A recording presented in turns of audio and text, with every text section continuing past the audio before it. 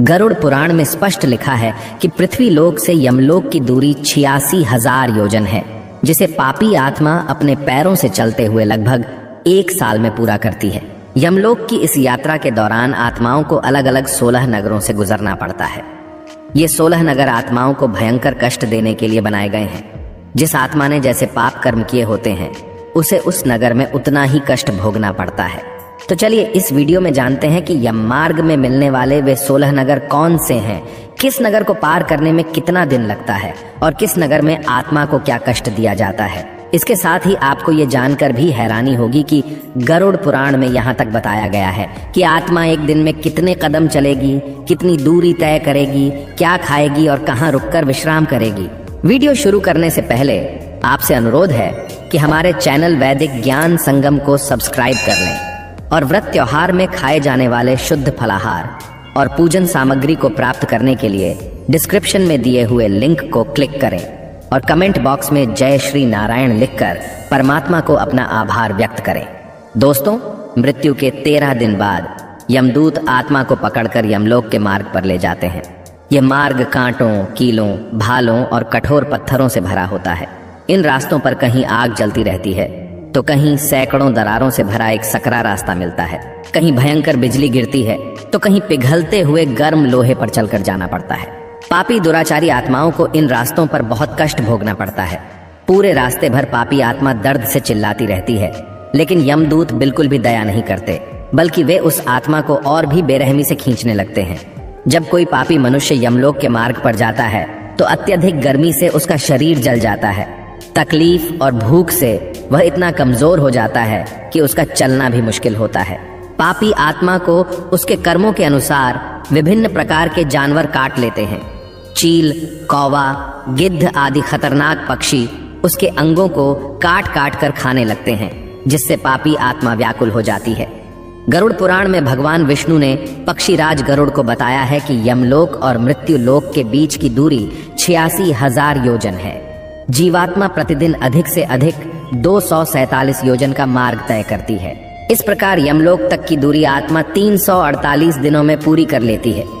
इस यात्रा के दौरान जीवात्मा सौम्यपुर, सौरीपुर, नागेंद्र भवन, गंधर्वपुर, शैलागम, क्रौंचपुर, क्रूरपुर, विचित्र भवन, बहवापदपुर, दुखदपुर, नानक्रंदपुर, सुतप्त भवन, रौद्रपुर, पयोवर्षण, शीताध्याय और बहुभीतिपुर से होकर गुजरती है। यम मार्ग में मिलने वाले ये 16 नगर बेहद खतरनाक और कष्टदायक हैं। इनमें सबसे पहला नगर है सौम्यपुर। इस रमणीक नगर में प्रेतों के महान गण रहते हैं। यहाँ पुष्प भद्रा नाम की नदी बहती है। पापी आत्मा सौम्यपुर पहुंचकर दुख से चिल्लाने लगती है। अपने बच्चों और परिवारजनों को याद करके बहुत रोती है। रोते रोते उसे अपने किए हुए पाप याद आते हैं, जिसके लिए वो भगवान को याद कर यमदूतों से माफी मांगती है, लेकिन उसकी बात सुनी नहीं जाती। परिवारजनों द्वारा दिए गए मासिक पिंडदान को ग्रहण करके थकान से चूर वह जीवात्मा करुण विलाप करती है। इस नगर की खूबसूरत हरियाली और पहाड़ देखकर विश्राम करना चाहती है, लेकिन यमदूत उसे विश्राम करने नहीं देते और उसे घसीटते हुए दूसरे नगर ले जाते हैं। यम मार्ग में स्थित दूसरे नगर का नाम सौरीपुर है। सौरीपुर के रास्ते में चलते समय यमदूत उसे मुद्गलों और भालों से पीटते हैं, जिससे उसे बहुत दुख होता है। वह चिल्लाने लगता है और अपने पापों को याद करके रोता है। इस नगर में काल रूपधारी महाभयंकर जगन नाम का राजा राज करता है, जो अपनी इच्छा अनुसार स्थिर और गतिशील रहता है। उसे देखकर जीवात्मा अत्यंत भयभीत हो उठती है और अपने अनिष्ट की शंका से पीड़ित होकर त्रिपक्ष में पृथ्वी पर संबंधियों द्वारा दिए गए जलपिंड को खाकर बिना विश्राम किए दिन रात लगातार चलते हुए तीसरे नगर अर्थात नागेंद्र भवन पहुंचती है। नागेंद्र भवन पहुंचने में आत्मा को 3 माह का समय लग जाता है, जहां उसे महाभयंकर कष्टदायी वन मिलता है, जिसकी पीड़ा से विलाप करती हुई आत्मा यमदूतों से बार बार अपनी मुक्ति की प्रार्थना करती है। यहाँ वह आत्मा अपने बंधु बांधवों के द्वारा दिए गए अन्न जल को प्राप्त करती है। उसके बाद यमदूत उसे पाश में बांधकर दुख देते हुए पुनः आगे की ओर ले जाते हैं। चौथे मास में ये पापी आत्मा गंधर्व नगर पहुंच जाती है, जहाँ की पथरीली और तपती हुई जमीन पे चलते हुए उसके पैर जल जाते हैं। यहाँ आत्मा आराम करना चाहती है, लेकिन यमदूत उसे बिल्कुल भी आराम नहीं देते। चौथे मास में दिए गए श्राद्ध पिंड का भक्षण करके आत्मा शैलागम नामक नगर पहुंचती है, जहां उस पर लगातार पत्थरों की बारिश होती है। पत्थर लगने से उसका पूरा शरीर चोटिल हो जाता है। कष्ट में जमीन पर गिरी हुई आत्मा यमदूतों से बार बार प्रार्थना करती है। तब यमदूत उससे कहते हैं कि जीवित रहते हुए तुमने ज्ञान का मार्ग अपनाया नहीं, ना ही योग या भक्ति के मार्ग पे चले, और ना ही अच्छे कर्म किए, तो अब अपने कर्मों के फल भोगो। इस तरह इस नगर के कष्ट भोगते हुए आत्मा अपने सगे संबंधियों के द्वारा दिए गए पिंड खाकर बिना विश्राम किए हुए 5वें महीने में क्रौंचपुर में ले जाई जाती है। इस नगर में आत्मा अपने पुत्रों द्वारा दिए गए पिंडदान और घटदान से तृप्त होकर आधे मुहूर्त तक विश्राम करती है, और यमदूत उसे विश्राम करने से नहीं रोकते।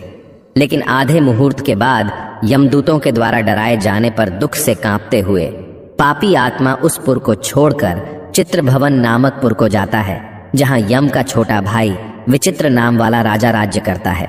इसी नगर में आगे एक वैतरणी नदी बहती है, जो 100 योजन चौड़ी है और रक्त तथा मवाद से भरी हुई है। जैसे ही वह पापी आत्मा इस नदी के किनारे पर पहुंचती है, उसे एक नाव दिखती है जिसे एक कैवर्त चलाता है। नाव पर सवार नाविक आत्मा से पूछता है कि यदि तुमने पृथ्वी पर गाय का दान किया है तो तुम इस नाव पर बैठकर खुशी से इस नदी को पार कर सकते हो।